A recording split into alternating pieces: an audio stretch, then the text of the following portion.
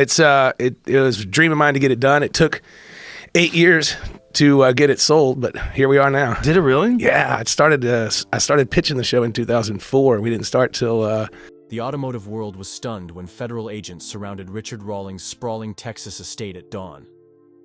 As investigators dig deeper into the Fast and Loud star's private compound, they uncover evidence that leaves even veteran agents visibly shaken.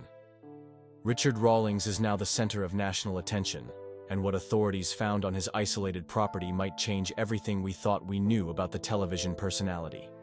Stick around as we reveal the shocking discoveries that have left investigators speechless. The raid that stunned reality TV fans. There was an eerie silence as FBI vehicles lined the private road leading to Rawlings' secluded 25-acre estate. The sun had barely risen when agents approached the imposing gates bearing the distinctive gas monkey logo. Someone at a neighboring property noticed the unusual activity and began recording. Authorities appeared in force, expecting a standard execution of a search warrant. Inside, they discovered something that defied explanation.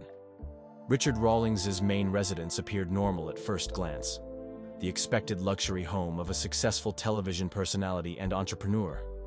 He wasn't home during the raid, having left for a car show in Arizona the previous day. But as agents moved beyond the main living areas toward a detached structure at the rear of the property, things took a disturbing turn. The garage complex was immaculate, exactly what you'd expect from someone with his automotive background, said one source familiar with the investigation. But there was something off about the dimensions. The exterior footprint didn't match the interior space. 3 specially trained agents were examining the eastern wall when they noticed subtle inconsistencies in the textured finish. The wall, designed to look like ordinary sheetrock, concealed a sophisticated entrance to a hidden room, a space missing from all property blueprints and building permits. What awaited inside left seasoned federal agents visibly disturbed. The hidden chamber stretched nearly 60 feet in length, with climate-controlled conditions and specialized lighting. Unlike the pristine garage that housed Rawlings' personal vehicle collection, this space had the sterile appearance of a research facility. Metal shelving units lined the walls, each containing carefully cataloged items sealed in preservation-grade containers. It wasn't like finding a man cave or even a secret collection, remarked one investigator who requested anonymity. This was systematic, organized with a purpose that wasn't immediately clear to any of us. The floor was immaculate polished concrete, but luminol testing revealed unusual patterns invisible to the naked eye. Under the agent's specialized lighting, the floor told a different story, one that raised immediate concerns about what had transpired in the space. At the center of the room stood an unusual workstation, a custom-built table featuring specialized tools unlike anything typically used in automotive restoration. Precision instruments more commonly found in archaeological preservation or museum conservation were arranged with methodical care. Agents discovered the first truly alarming item in a temperature-controlled cabinet, a collection of automotive parts cataloged with a sophisticated labeling system that referenced both part numbers and what appeared to be location coordinates. But these weren't ordinary replacement components. Forensic specialists would later determine many were manufactured using methods that haven't been employed in over 70 years. The metallurgical composition didn't make sense, explained Dr. Marcus Farrell, a materials scientist who later consulted on the case. These parts showed machining techniques and material properties inconsistent with modern manufacturing, yet the condition was pristine, as if they'd been fabricated recently. More disturbing still, each container featured documentation with authentication stamps and signatures from companies that ceased operations decades ago. The verification methods appeared legitimate but referenced personnel and facilities that existed in the 1940s and 50s. Then came the discovery that stopped the investigation team cold. Behind a false panel, agents uncovered a collection of leather-bound ledgers, their pages filled with handwritten entries dating back to 1938. The records documented the acquisition, restoration, and apparent certification of automotive components that should have been impossible to obtain. The meticulous notes detailed materials, engineering specifications, and validation processes for parts from vehicles so rare that only museums or the wealthiest collectors possess examples today. Even more perplexing, certain entries referenced original specifications for vehicles that automotive historians had long believed were lost to history. As agents continued their search, they uncovered a sophisticated digital archive, hard drives, containing thousands of high-resolution scans of historical automotive documents, many bearing classified markings that hadn't been seen in public for over half a century. Some appeared to be proprietary manufacturing documents from major automotive companies, others resembled military transportation specifications with security classifications. The level of detail was staggering, said a digital forensics specialist who examined the files. These weren't just collector's items or historical curiosities. The database was structured like a reference library, with cross-indexing systems linking components to specific vehicles and historical production runs. The question that haunted investigators: how did Richard Rawlings obtain materials that shouldn't exist outside secure corporate or government archives? The mystery deepened when agents discovered a hidden safe embedded in the concrete floor. Using specialized equipment, they managed to open it without damaging the contents. Inside was not cash or valuables, but something far more puzzling. A collection of identification documents, security badges, and credentials bearing Rawlings' photo, but different names. Each identity was meticulously crafted with different birth dates, addresses, and occupational histories, some appearing to date back decades before Rawlings' actual birth. The authorities were facing a troubling reality. The Richard Rawlings presented on television might be an elaborate construction. What began as a standard investigation into potential financial irregularities had evolved into something far more complex and disturbing. The investigation expands. When federal agents began examining Richard Rawlings' financial records, they expected to find evidence of the typical issues that plague celebrities: tax problems, improper business expenses, or undisclosed income. What they discovered instead was a financial labyrinth spanning decades before Rawlings became famous. Banking records revealed a pattern that defied conventional explanation. Transactions dating back to the 1980s showed Rawlings had access to financial resources far beyond what his known business ventures could explain. More puzzling, certain accounts received regular deposits from companies that investigation teams couldn't trace to any legitimate business entity. The money movement patterns resembled those of a long-established operation, not someone who found fame in their 40s through a reality TV show, explained a financial crimes specialist familiar with the case. Digital forensics experts made an even more startling discovery when examining Rawlings' private servers. Hidden behind sophisticated encryption was a database tracking what appeared to be an extensive operation spanning at least 3 decades. The system contained detailed records of acquisitions, modifications, and sales of rare automotive components, many to high-profile clients whose names sent shockwaves through the investigation team. "We're not talking about reality TV stars or minor celebrities," said one agent. These were transactions with individuals at the highest levels of global business, politics, and old money families. People who typically don't deal with television personalities. The records detailed a business that specialized in something extraordinary: the authentication of automotive history. For the right price, it appeared Rawlings had been providing wealthy collectors with something priceless: documented provenance for vehicles whose histories were questionable at best, completely fabricated at worst. In the collector car world, a vehicle's value can increase tenfold with the right historical documentation. An ordinary vintage Porsche might be worth $100,000, but the same car with paperwork proving it was owned by a celebrity or raced at Le Mans could command millions. Rawlings appeared to have created an enterprise that manufactured not just the documentation, but physical evidence to support elaborate automotive origin stories. This wasn't just paperwork fraud, explained an automotive authentication expert who later consulted on the case. The operation appears to have involved creating physical evidence: the correct date-stamped parts, the period-correct modifications, even artificially aging components to match the claimed history. The scale was difficult to comprehend. Digital records suggested the operation had authenticated over 600 vehicles for clients worldwide, potentially adding hundreds of millions in artificial value to collectible cars now sitting in museums and private collections around the globe. Investigators were puzzled by another discovery. Rawlings appeared to have access to historical manufacturing data that shouldn't exist outside the secure archives of major automotive companies. Files contained internal production records from Ferrari, Mercedes, Porsche, and others. information so closely guarded that even legitimate automotive historians struggle to access it.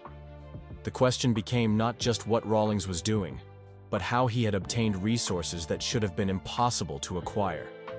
The sophisticated operation predated his public fame by decades, suggesting the gas monkey empire and television career might have been just the visible portion of a much larger enterprise. As federal agents expanded their investigation, they began interviewing former gas monkey garage employees. Most expressed complete shock at the discoveries, insisting they had no knowledge of any hidden rooms or unusual business operations. However, several longtime associates provided troubling accounts of Rawlings' occasional unexplained absences and references to clients they weren't allowed to meet. He would sometimes disappear for days with no explanation, reported one former employee.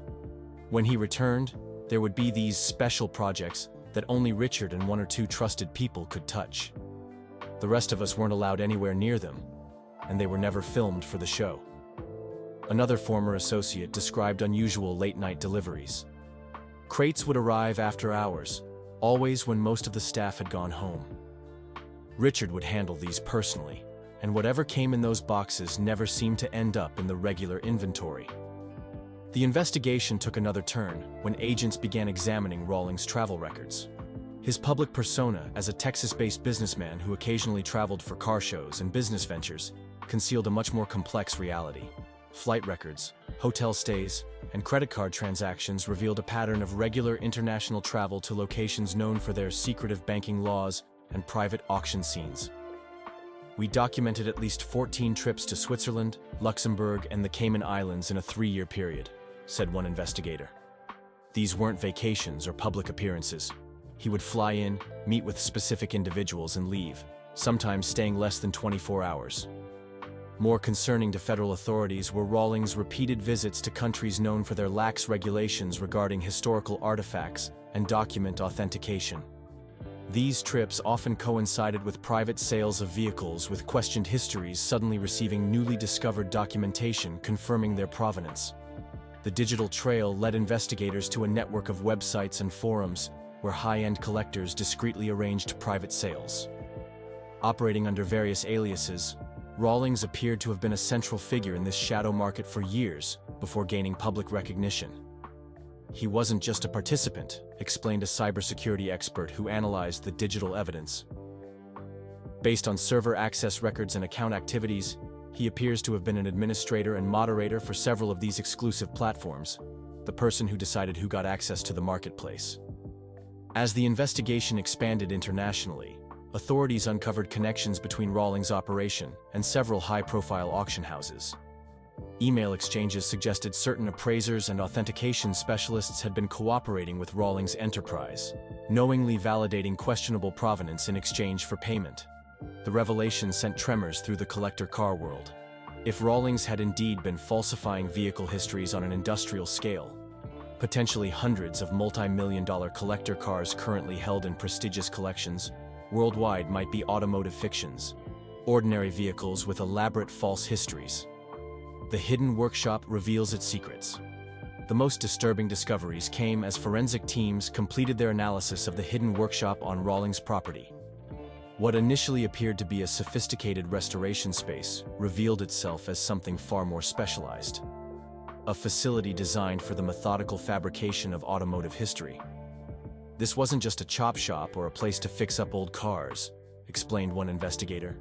It was essentially a counterfeiting operation for automotive provenance, a factory for manufacturing history itself. Specialized equipment found in the workshop served highly specific functions. A custom-built aging chamber could simulate decades of environmental exposure on metal components in just weeks. Proprietary chemical baths could create authentic-appearing patinas on aluminum, steel, and brass parts. Specialized tools could reproduce period-correct manufacturing marks, matching the distinctive patterns of machines that ceased operation half a century ago. Document creation stations featured vintage typewriters, period-correct papers, and an extensive collection of historical inks whose chemical compositions matched those used decades ago.